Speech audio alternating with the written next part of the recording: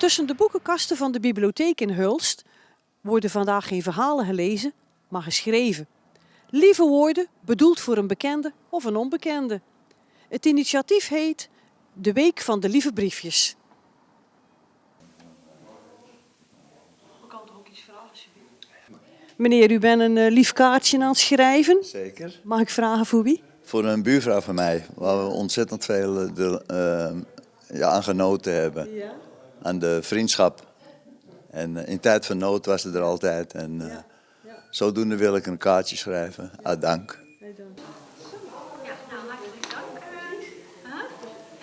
Maar hoopt u dat zij voelt als zij een kaartje van u ontvangt? Ja, dat wel. Ja. Dat is een goed gevoel. Hè? Contact, Oké. goed contact daarin.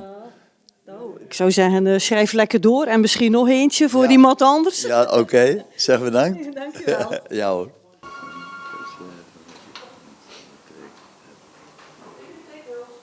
Stefanie, welkom. We zitten hier in de bibliotheek in Hulst, waar deze week de Week van de Lieve Briefjes plaatsvindt. Nu kan jij er ons alles over vertellen, want jij zit een beetje in die organisatie. Van welke stichting gaat dit eigenlijk uit? Het gaat uit van de stichting Buitengewoon Leven. En die is gevestigd in Groningen. Die stichting is in 2018 begonnen met het uitgeven van lieve briefjes. En toen startten ze met de dag van de lieve briefjes. En dat is verder gegaan. Dat is inderdaad steeds verder uitgebouwd in de loop der jaren. Dus het is de week van de lieve briefjes geworden. Maar de achterliggende gedachte is hetzelfde gebleven. Het idee is mensen die elkaar niet kennen op een makkelijke manier kunnen geven om toch met elkaar in contact te komen. Ja. Wat is jouw taak in dit gebeuren? Ik werk bij de bibliotheek, de Bibliotheek Zeeuws-Vlaanderen. En ik kwam dit tegen en ik vond dat eigenlijk zo'n leuk initiatief. Ik denk, ja, dat is echt iets voor de bibliotheek om er ook op in te haken. Ja. Dus wij doen nu al een jaar of 3 mee. De briefjes leggen in de 5 grote bibliotheekvestigingen.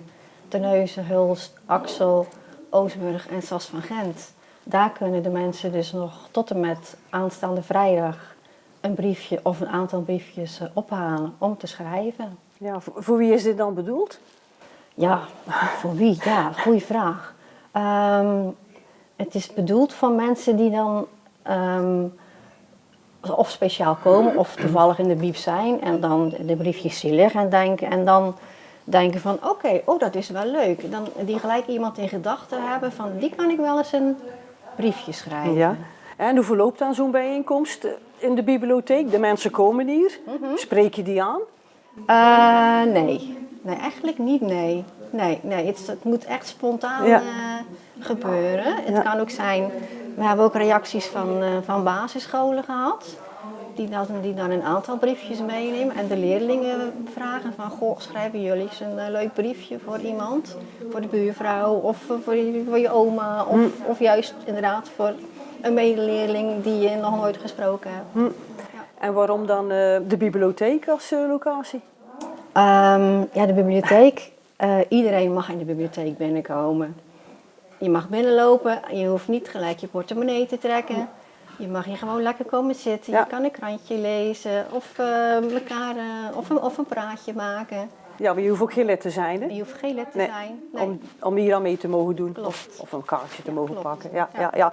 En het is wel een heel sociaal initiatief, want tegenwoordig met WhatsApp en al dat sociaal gebeuren op de telefoon, is dit wel een heel ander goed initiatief dan.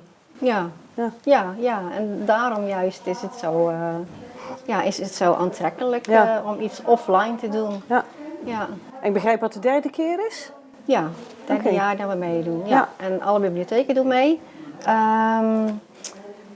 Op het kaartje van de website van Lieve Briefjes zag ik dat eigenlijk heel Nederland is. Door heel Nederland heb je plekken waar dan lieve briefjes beschikbaar zijn. Tot in Schiermonnikoog. Daar is ook de bibliotheek een uitdeelpunt. Dus het zijn bibliotheken, maar het kunnen ook buurthuizen zijn. Allerlei openbare plekken. Waar mensen samenkomen. Ja. En het zijn aanzichtkaarten, zag ik. Ja. En op de achterkant kunnen mensen dan iets schrijven. Ze kunnen het ook op de post doen. ze kunnen het op de post doen, maar de achterzijde is eigenlijk gemaakt om... Die achterzijde heeft ook een mooie layout. Het is geen prentbriefkaart. Oké. Dus het is eigenlijk gemaakt om te geven of om zelf ergens... Ja. Waarom denk je dat de mensen in deze tijd behoefte hebben aan zoiets? Ja, dat is wel een hele goede vraag. Ja, ik denk dat iets opschrijven toch anders is dan iets intikken op je telefoon of op je tablet of zo. Het heeft meer impact. Ja, dat denk ik zelf ook. Dat sommige mensen iets beter op kunnen schrijven als dan ze tegen iemand zouden zeggen van of aardig of... Ja, inderdaad. Ja. En wat hoop je dan dat mensen voelen als ze iets lezen of schrijven of een kaartje ontvangen natuurlijk?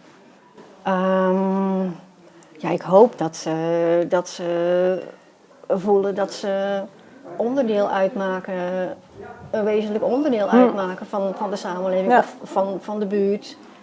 Ja. Dat ze merken dat er aan hun gedacht wordt en ja, dat ze niet alleen staan en dat er toch dat het fijn is om te voelen van God, er wordt allemaal gedacht. Ontwerpen, afhaalpunt. Bedank jou heel veel en ik wens jou hier heel veel succes mee. Ja, graag gedaan. Hartelijk dank.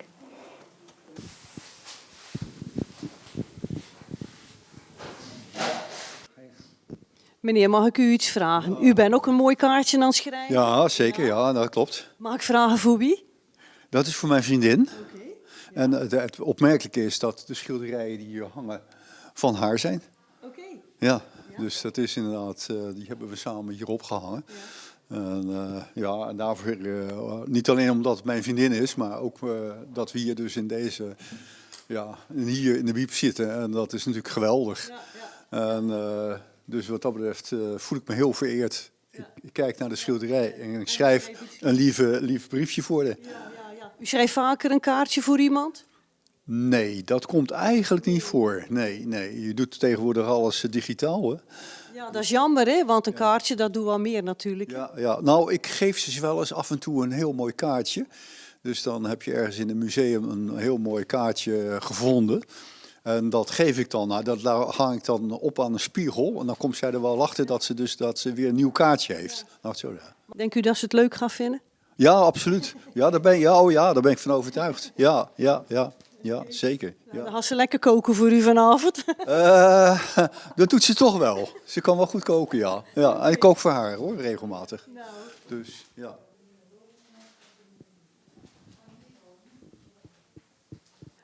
Wat begint met een pen en een mooi kaartje, eindigt met een glimlach. In Hulst laten de bezoekers zien hoe een klein gebaar groot kan zijn.